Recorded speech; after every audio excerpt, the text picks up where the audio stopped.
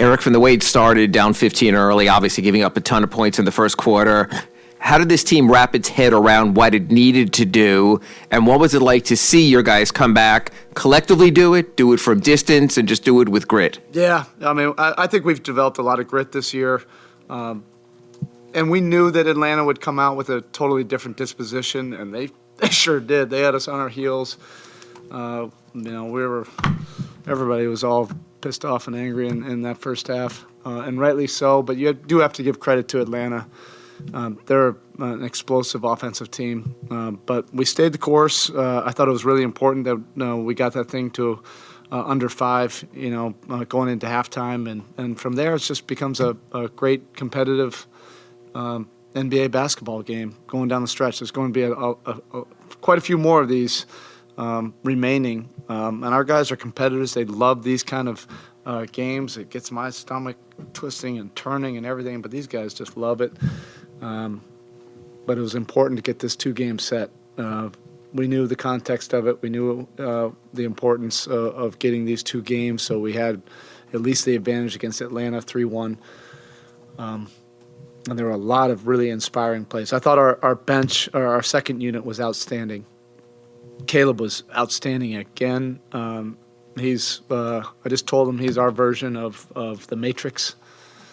I feel blessed to have been able to coach the real Matrix, and now this version of the Matrix. But he's just so active and inspiring with his activity. And then on the other end, just seems like the ball finds energy, which it did with him tonight. And then clearly Vic and Duncan, had their moments in the second half, and that was really fun to see. You sort of answered the question already, but so we don't need to go through it. Well, but we're going to, because I laughed. When the second unit, and you don't call them the bench. I mean, it's Vic's a starter, Caleb's a starter. They both played starter minutes. But when they get going, just how much easier?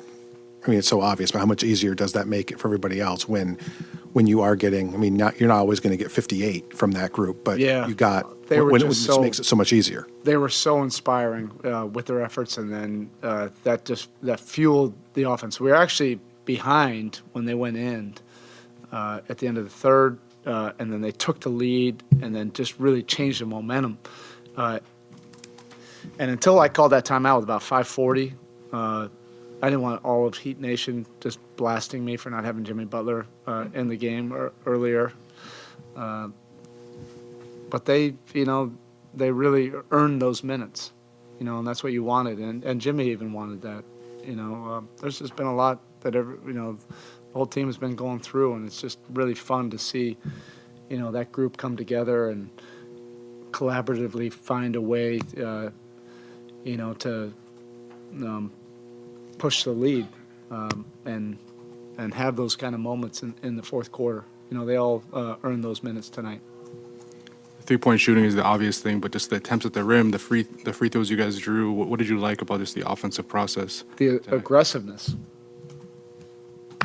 That's our deal. We have to be aggressive. We have to set the tone with our paint attacks, and we can do it in a bunch of different ways.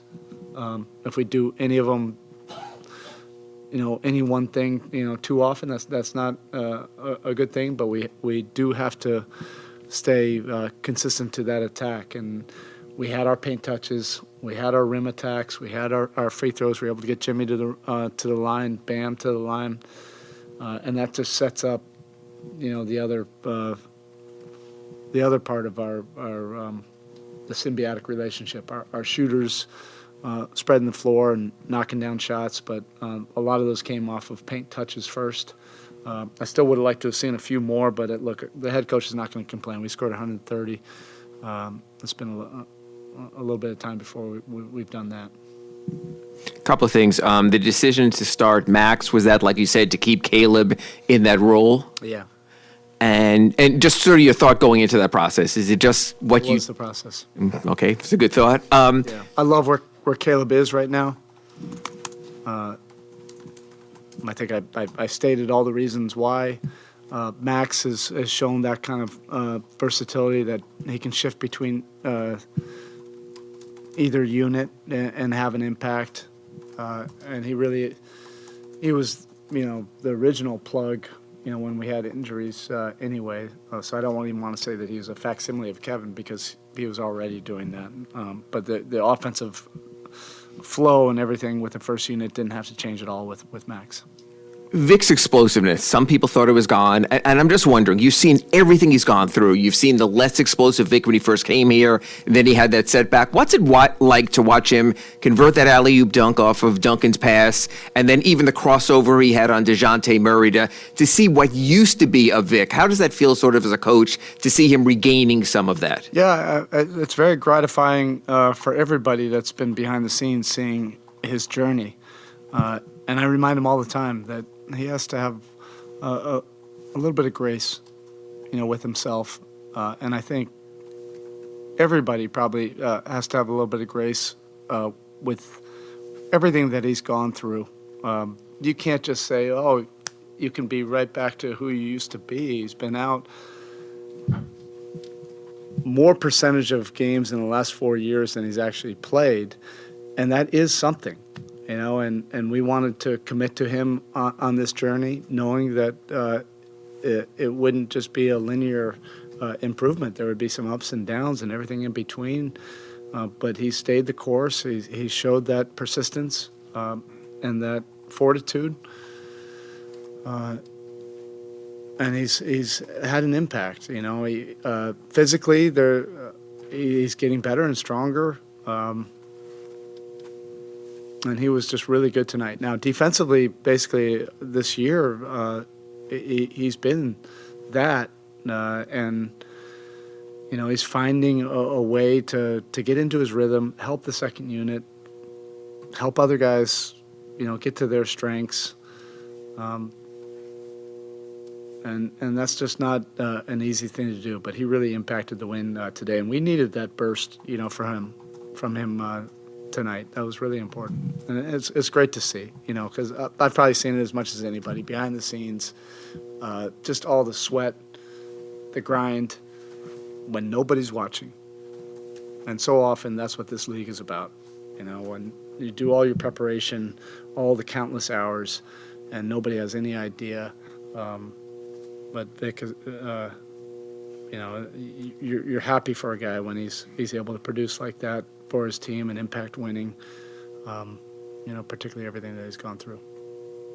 Let's back to the shooting for a second. Is there any correlation between the percentages trending a little bit up and the volume being relatively down, maybe in terms of shot selection on the threes? Possibly. I would say more some other decision-making and some other shot selection, which I don't have to get into all the details. If you want to call me later, I can. But yeah, so much of this league offensively is about decision making. Jimmy Butler, makes great decisions. When you're shooting like this and you're getting your attacks and you're getting that symbiotic relationship between the attacks and 3-point shooting, yeah, I certainly would even like maybe a few more 3-point attempts. I don't think we'll be one of those teams that are jacking up 53s. That's just not us. But we hit a lot of our barometers, our KPIs of the attacks, paint touches, the free throw attempts. So I'd probably sound like I'm nitpicking if I wanted 3 or 4 more threes. Coach, the timeout 4 minutes into the game, what was your messaging? And then also kind of what goes into your decision of when to eat your frustration and when to kind of vent it and communicate it? Did you see the first 4 minutes? Yeah, I did.